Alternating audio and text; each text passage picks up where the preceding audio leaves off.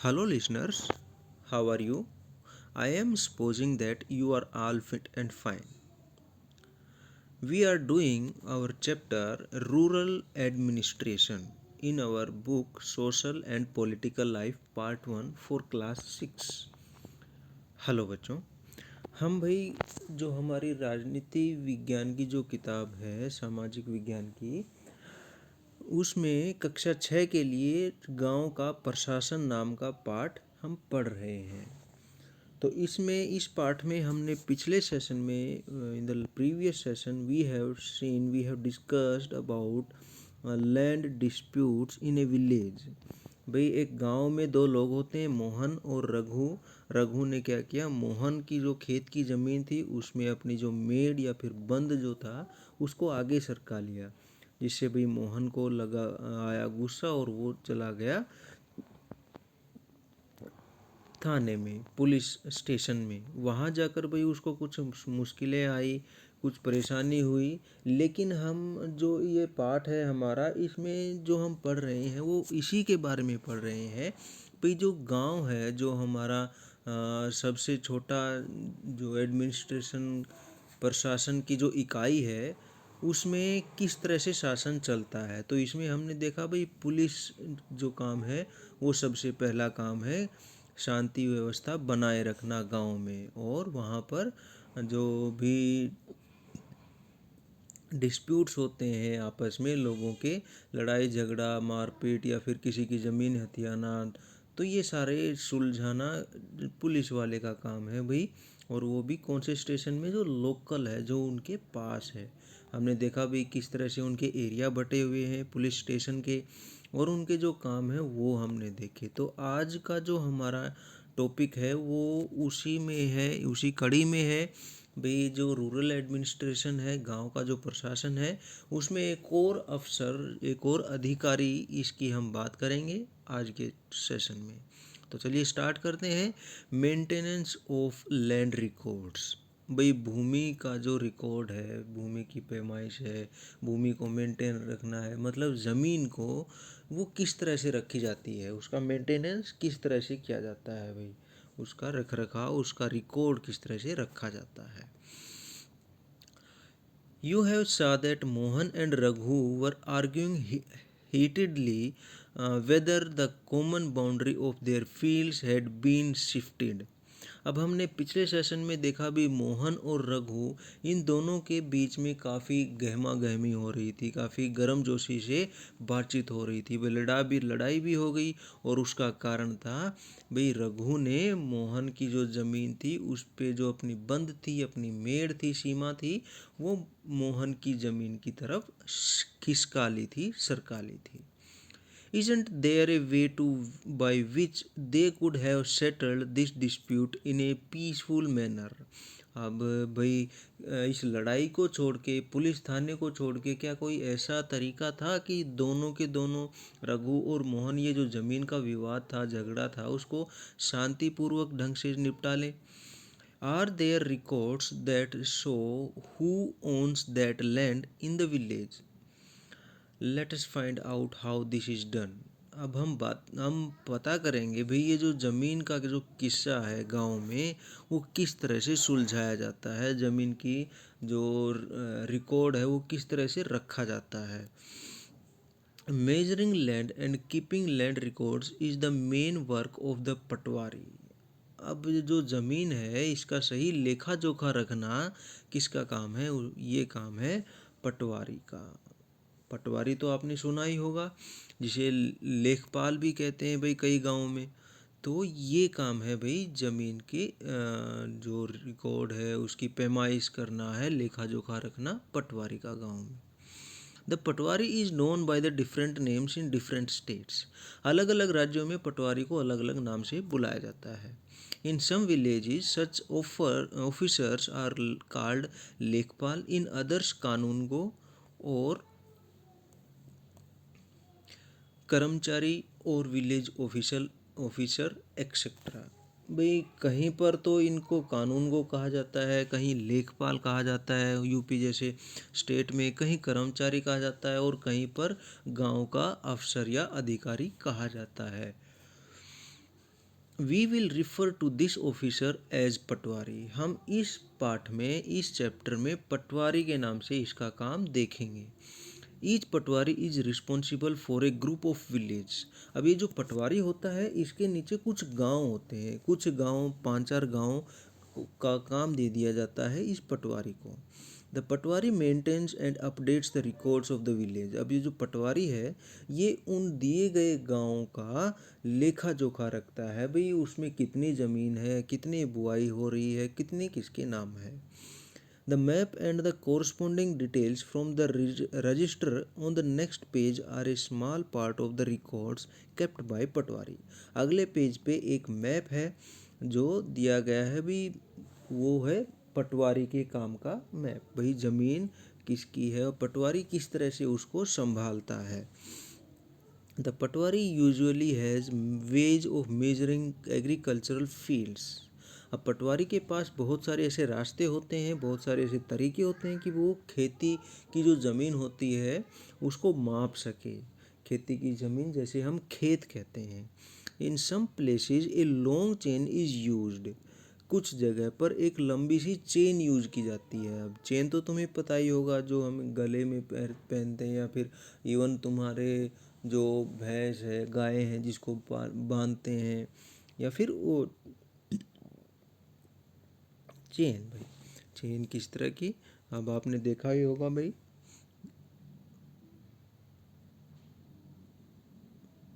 ये कड़ी हो गई, इसके बाद एक और कड़ी हो गई, उसके बाद एक और कड़ी, इस तरह से ये एक चेन, इस तरह से इनके पास एक ज़मीन मापने की एक चेन होती है जिसे ज़रीब कहा जाता है। अच्छा भाई, उसके बाद है भाई, in the above instance, the Patwari would have measured both Mohan's and Raghu's fields and compared them with the measurements of them on the map. अब ये जो हमने घटना पढ़ी मोहन और रघु की, उसमें जो पटवारी था उसका रोल क्या था, उसका काम क्या था, भाई मोहन और रघु की जो खेत थे उसको मापे, जो उसके पास जरीब थी या चेन थी उसकी हेल्प से, या फिर और भी उसके पास जो भी तरीके हैं ज़मीन मापने के उससे। If they did not match then it would be clear that the boundary of the fields has been changed.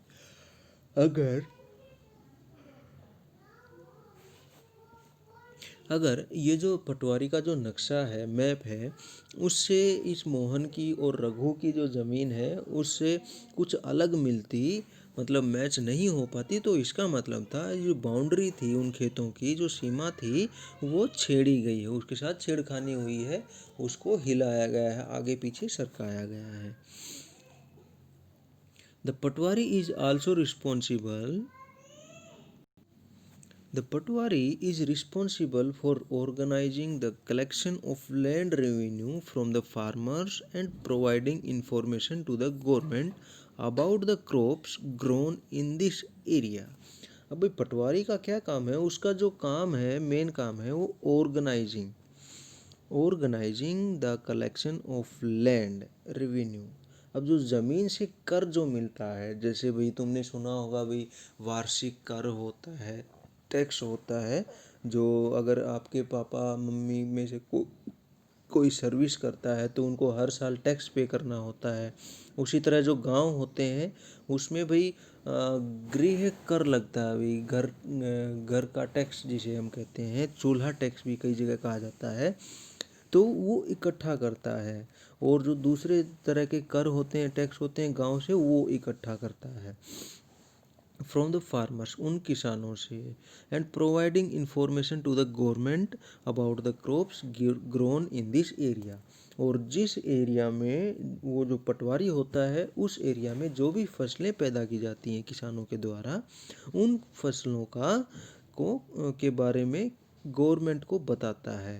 भाई किस लिए, ये क्यों ज़रूरी है, क्योंकि भाई आपने कई बार सुना होगा भाई इस साल है ना ओले पड़ गए, या फिर इस साल बारिश नहीं हुई तो किसानों की फसलें ख़राब हो गई, अब फसल अच्छी नहीं हुई, तो सरकार मुआवजा देती है। भाई क्या देती है, मुआवजा।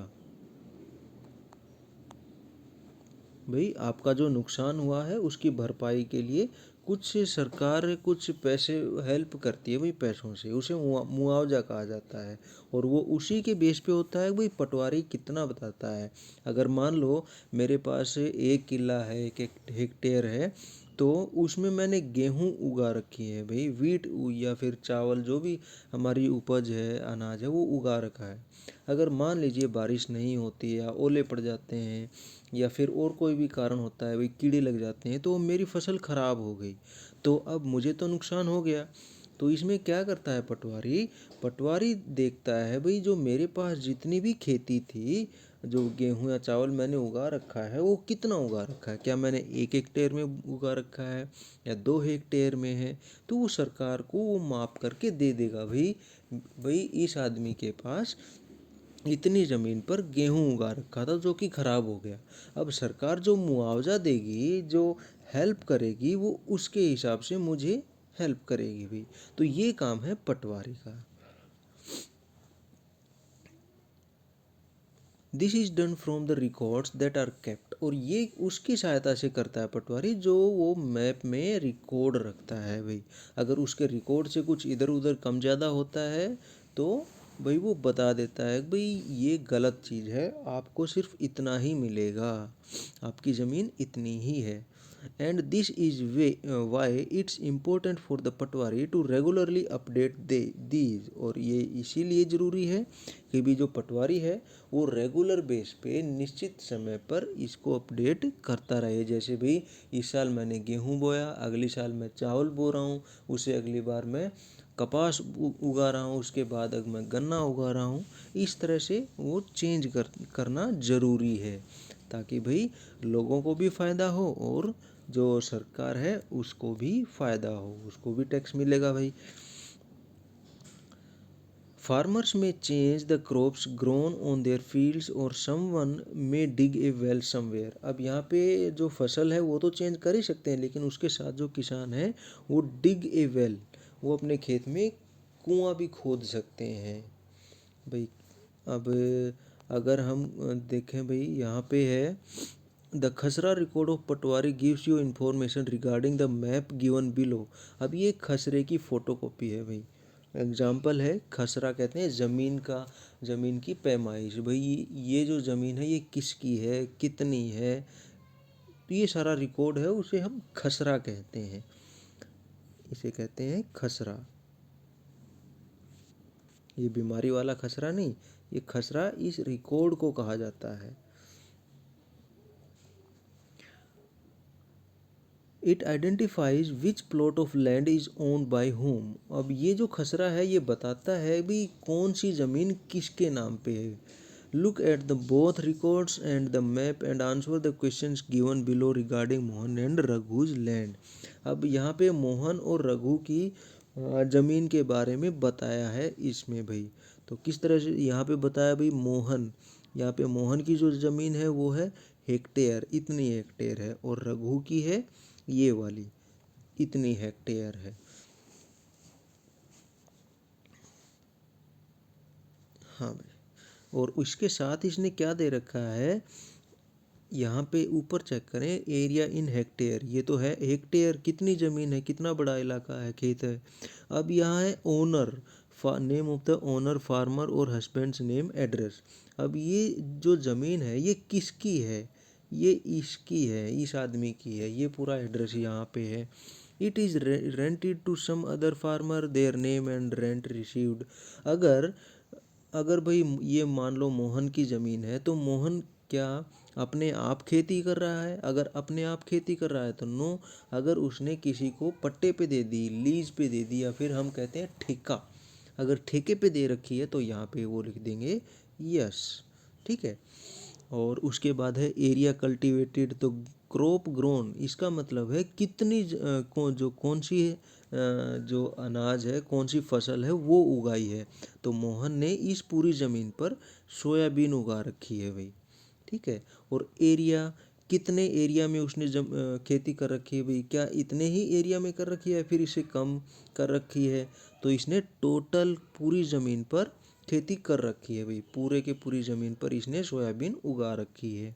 फिर है सेकंड क्रॉप ग्रोन, उसके बाद दूसरी कोई क्रॉप अगर उगा रखी है। अगर इसने आधी ज़मीन में सोयाबीन लगा दी तो आधी ज़मीन बच गई। अब आधी ज़मीन पर क्या लगा रखा है, तो भाई मोहन ने कुछ भी नहीं उगा रखा। उसके बाद है भाई area not cultivated follow land. अब भाई ये ज़मीन जहाँ पर कोई भी उपज नहीं लगा रखी, कोई भी फसल नहीं उगा रखी। अब जैसे मोहन ने 0.75 हेक्टेयर की ज़मीन पर सोयाबीन उगा रखी है। अगर मान लो इसने 0.50 हेक्टेयर पे सोयाबीन उगा रखी है और 0.25 हेक्टेयर खाली छोड़ रखी है, तो ये वाली यहाँ लिख दी जाएगी पटवारी के द्वारा। तो इस तरह से ये पूरा का पूरा लेखा जोखा रखता है पटवारी। अब यहाँ है फैसिलिटीज़। अब कौन सी फैसिलिटीज़ भाई उनके खेत में। अब अगर मान लो मोहन के खेत में कुआं खुदा है तो यहाँ पे लिख देगा वेल, यहाँ पटवारी लिखेगा वेल। कितने वेल हैं भाई, तो यहाँ पे लिख देगा एक वेल लगा रखा है भाई। या फिर और कोई भी अगर उसने लगा रखा है भाई, जैसे भाई उसने आधे खेत में चरागाह बना रखी है, ग्रेजिंग लैंड बना रखी है, तो यहाँ पे जैसे भाई इसने यहाँ पे लिखा हुआ है, जैसे इसने यहाँ पे लिखा हुआ है वर्किंग ग्रेजिंग, भाई ग्रेजिंग की ज़मीन पे यहाँ भी लिख देगा। तो इस तरह से ये पूरा लेखा जोखा इस खसरे में पटवारी रखता है। और अब है भाई who owns the land south of Mohan's field. अब ये मोहन की जो फील्ड है वो कहाँ है, इसमें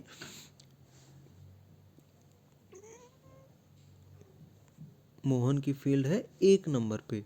यहाँ पे इस मैप में देखिए ये 1 नंबर है, ये है मोहन की, और 2 नंबर है रघु की, और 3 नंबर है मध्य प्रदेश गवर्नमेंट की। तो अभी देखें भाई मोहन की ज़मीन कहाँ है। 1 नंबर है ये वाला, ये है 1 नंबर, मतलब मोहन की ज़मीन है ये। और उसके बाद है mark the common boundary between Mohan and Raghu field. अब 2 नंबर की जो ज़मीन है वो है रघु की।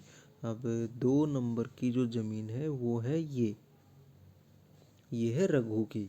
तो इनकी जो कॉमन जो बाउंड्री है जिसे बंद कहा गया है वो कौन सी है, वो है ये वाली, ये है इन दोनों की साझे की, जिसे हम कहते हैं who can use field number 3। अब जो फील्ड नंबर 3 है ये है फील्ड नंबर 3। अब इसमें आपको दिखाई दे रहा होगा यहाँ पे एक गोल दिखाई दे रहा है, तो यहाँ पे गोल क्या है, वेल, मतलब कुआं है यहाँ पे। और एक छोटा सा कुछ दिखाई भी दे रहा है, तो इसका मतलब है यहाँ पे क्या है, यहाँ पे है पेड़, ये ट्री, ये रहा पेड़। और उसके बाद यहाँ पे कुछ और निशान भी हैं, तो इसका मतलब है ग्रास लैंड, यहाँ पे गाय भैंसों को, जानवरों को चरने के लिए जगह है।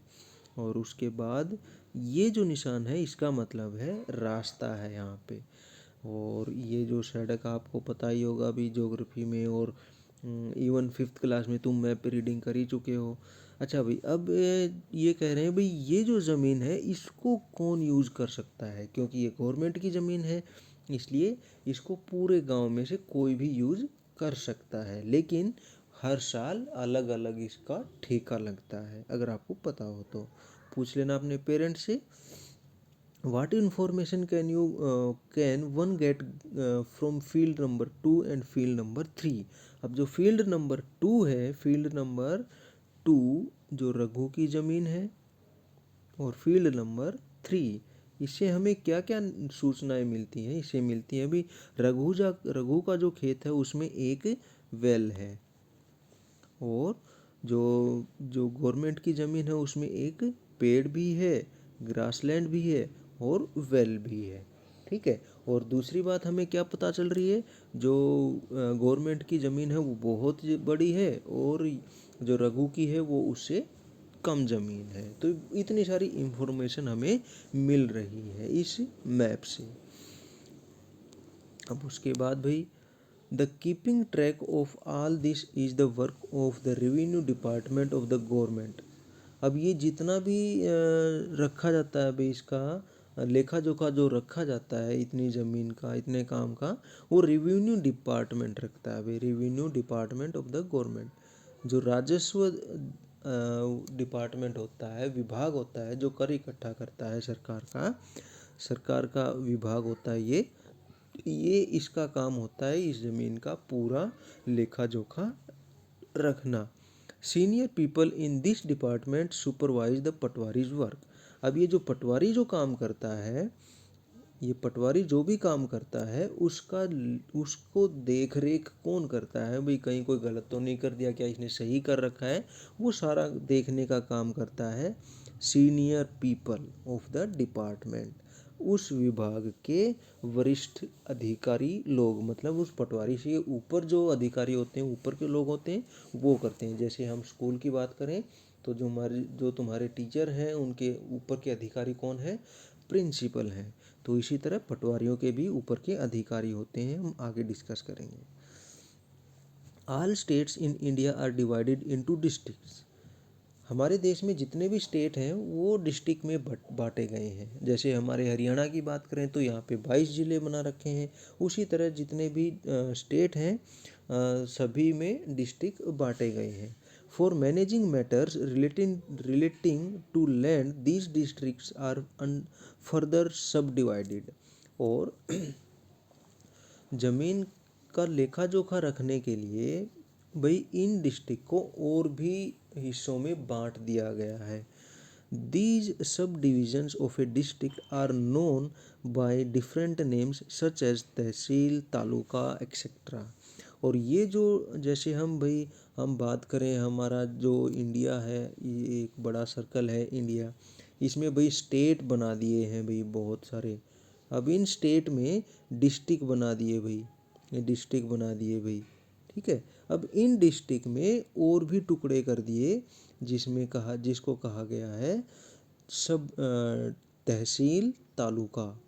भाई इसको हम दूसरे कलर से देख लेते हैं भाई, ये हो गई इसमें तहसील तालुका भाई, ठीक है। इन तहसीलों में फिर ब्लॉक होते हैं और उन ब्लॉक के अंडर फिर विलेजेस होते हैं, शहर गांव होते हैं। अच्छा भाई, at the head is the district collector. और ये जो जितने भी ज़िले हैं हमारे, अगर हम हरियाणा की बात करें, ये हरियाणा है भाई, इसमें डिस्ट्रिक्ट बनाए गए हैं, ये अलग अलग डिस्ट्रिक्ट हैं, 22 डिस्ट्रिक्ट हैं। इसमें से ये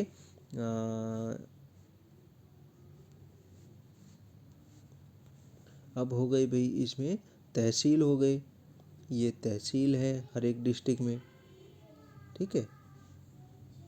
कितनी भी तहसील हैं भाई, अलग अलग अलग अलग, ये इसकी तहसील हैं अलग अलग हर एक ज़िले की, डिस्ट्रिक्ट की। और इस जो तहसील है इसकी इसके हेड को कहा जाता है, मतलब ये जो आपका डिस्ट्रिक्ट है, ये जो डिस्ट्रिक्ट है इसके हेड को कहा जाता है डिस्ट्रिक्ट कलेक्टर। डीसी भी कहते हैं इसको, डिस्ट्रिक्ट कलेक्टर कहा जाता है इसके हेड को। और and then under her revenue officers also known as tehsildar. और इस डिस्ट्रिक्ट कलेक्टर के नीचे जो राजस्व अधिकारी होते हैं जो कर इकट्ठा करते हैं अपने गाँव से, अपने ब्लॉक से, उसे कहते हैं भाई तहसीलदार। उसे क्या कहते हैं, उसे कहते हैं तहसीलदार। ये तहसीलदार, ठीक है। तो डीसी पूरे डिस्ट्रिक्ट को संभालता है, उसके नीचे रेवेन्यू ऑफिसर होते हैं जिसे हम कहते हैं तहसीलदार। तो ये तहसीलदार एक्चुअल में क्या होते हैं, revenue officer. They have to hear disputes. अब उनका काम क्या होता है भाई, जो गांव के जो लोग होते हैं उनके डिस्प्यूट सुनना भाई, उनके आपस में जो लड़ाई झगड़े होते हैं वो सुनना भाई। They also supervise the work of patwaris. अब हमने जैसे ऊपर बात की थी, पटवारी के जो हेड पीपल होते हैं वो पटवारी के काम को देखते हैं, तो वो कौन है यहाँ पे, वो है तहसीलदार। ये जो रेवेन्यू ऑफिसर होते हैं तहसीलदार, ये पटवारी के काम को देखते हैं, पटवारी के जो रिकॉर्ड्स होते हैं उसको देखते हैं भाई, कहीं कोई गलत तो नहीं कर रखा है, इन्होंने क्या सही कर रखा है। And ensure that records are properly kept and land revenue is collected. और ये भी देखते हैं कि भाई वो रिकॉर्ड सही ढंग से रखा गया है, कहीं गलत तो नहीं कर दिया, कहीं गुम तो नहीं कर दिया। और उसके साथ साथ वो ये भी देखते हैं भी जो लैंड रेवेन्यू इज कलेक्टेड, जो ज़मीन का कर है वो इकट्ठा किया जा रहा है या नहीं किया जा रहा है। They make sure that the farmers can easily obtain a copy of there record. और ये भी वो पक्का करते हैं, सुनिश्चित करते हैं कि भी जो किसान है उनको कॉपी मिले उनकी ज़मीन की। अब ये जो ज़मीन की हमने जो मैप देखा था, अब जैसे हम रघु और मोहन की बात करें, तो अगर मोहन चाहे भाई मुझे मेरी ज़मीन का नक्शा मिलना चाहिए, तो वो पटवारी के पास जाएगा, पटवारी से लिखवा के फिर तहसीलदार के पास जाएगा, फिर तहसीलदार और पटवारी इस ज़मीन को वेरीफाई करके उसको क्या देंगे, इसका मैप देंगे, नक्शा देंगे। ठीक है। उसके बाद क्या कह रहा है भाई ये,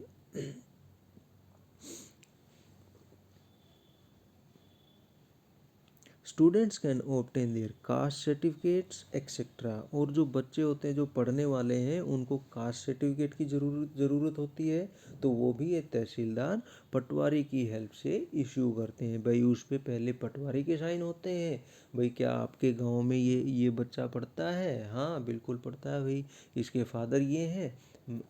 और उसके बाद तहसीलदार उसको कास्ट सर्टिफिकेट या फिर रेजिडेंस सर्टिफिकेट, बहुत सारे जो डॉक्यूमेंट्स होते हैं वो इशू करते हैं। The tehsildar's office is where land disputes are also heard. और जो तहसीलदार का जो ऑफिस होता है वहाँ पर ये जो ज़मीन के जितने भी मसले होते हैं, झगड़े होते हैं, वो सुने जाते हैं और उनको हल करने की कोशिश की जाती है।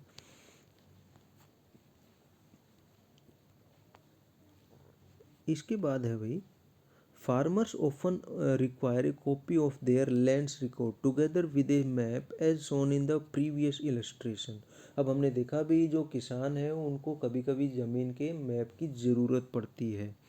They have a right to this information, they may have to pay a small fee for this. और जब उन्हें मैप की ज़रूरत पड़ती है, जब उनको रिकॉर्ड की ज़रूरत पड़ती है, तो उनको एक छोटी सी फीस भी जमा करनी पड़ती है। वो फीस 200 300 800 रुपये हो सकती है, मे बी वो अलग अलग डिपेंड करता है। However, this information is not easily made available and farmers sometimes have to face many problems to get it। और कई बार भाई ये जो इंफॉर्मेशन होती है किसानों को अपनी ज़मीन के बारे में लेने की, ये इतनी आसान नहीं होती। उनको कई चक्कर काटने पड़ते हैं, बहुत परेशान हो जाते हैं कई किसान, क्योंकि टाइम नहीं होता भाई उनके पास, है ना। In some states, records are now being computerized and also kept at the panchayat office so that they are more easily available and regularly updated। अब भाई कई जगह क्या करने लगे हैं, इवन आजकल हम देखते हैं भाई जो हमारे रिकॉर्ड हैं ज़मीन के वो कंप्यूटराइज्ड हो गए हैं, कंप्यूटर में उनकी फ़ोटो आ जाती है। और जो पंचायत होती हैं उनमें भी आजकल ये रखे जाने लगे रिकॉर्ड, ताकि जो किसान होते हैं वो आसानी से ये रिकॉर्ड ले सकें, ये मैप ले सकें। और जो गांव के पटवारी होते हैं वो आसानी से इन मैप्स को अपडेट कर सकें भाई, ताज़ा तरीन कर सकें। क्योंकि तहसील में जाना बड़ा लंबा होता है भाई, उनको वेट करनी पड़ती है और चक्कर लगाने पड़ते हैं। लेकिन अगर गांव का क्योंकि एक तहसील जो पटवारी होता है उसके पास 3 4 गांव होते हैं, 4 5 गांव होते हैं, तो वो उनको आसानी से वहाँ पर अपडेट कर सकता है सरपंच की हेल्प से या दूसरे गांव के जो लोग होते हैं उनकी हेल्प से। When do you think farmers may require a copy of this record? Study the following situations and identify the cases in which these records would be necessary and why। अब भाई यहाँ पे कुछ क्वेश्चन दिए हैं, तो ये क्वेश्चन वो क्वेश्चन है जब भाई किसान को अपने मैप की ज़रूरत पड़ती है, अपनी खेती की ज़मीन की मैप की ज़रूरत पड़ती है भाई, नक्शा जिसे हम कहते हैं, खसरा जो हमने बात की थी। ए farmer wants two by A plot of land from another. जब कोई किसान किसी दूसरे किसान से या किसी भी व्यक्ति से कोई एक और प्लॉट खरीदना चाहता है, तब उसे ज़मीन की मैप की और उसकी खसरे की ज़रूरत पड़ती है। क्या वो जो बिकाऊ है वो क्या वो वास्तव में उसी के नाम पे है? A farmer wants to sell her produce to another. जब किसान अपने जो खेती की उपज है वो किसी को बेचने जा रहा है, तो भाई वहाँ पे जो मैप है, खसरा है, उसको उससे पता चलता है कहीं ये चुरा के तो नहीं लाया है, क्या ये वास्तविक खेती की उपज है। A farmer wants a loan from the bank to dig a well in her land. जब किसान को अपने ज़मीन पर, अपनी खेती की ज़मीन पर एक लोन की ज़रूरत पड़ती है भाई, कुआं खुदवाने के लिए या फिर ट्रैक्टर लेने के लिए, तो उस लोन को जो बैंक है वो वेरीफाई करता है कि भाई ये जो ज़मीन है क्या वो रघु के नाम पे है या मोहन के नाम पे या किसी और के नाम पे है। अगर और किसी के नाम पे होगी तो उनको लोन नहीं मिलेगा। A farmer wants to purchase fertilisers for his field. अब एक किसान है, अपनी खेती उसने उपज फसलें बो रखी हैं भाई, अब उन फसलों को बोने के लिए, उनको बढ़ने के लिए भाई फर्टिलाइजर्स की ज़रूरत पड़ेगी, मतलब खाद की ज़रूरत पड़ेगी।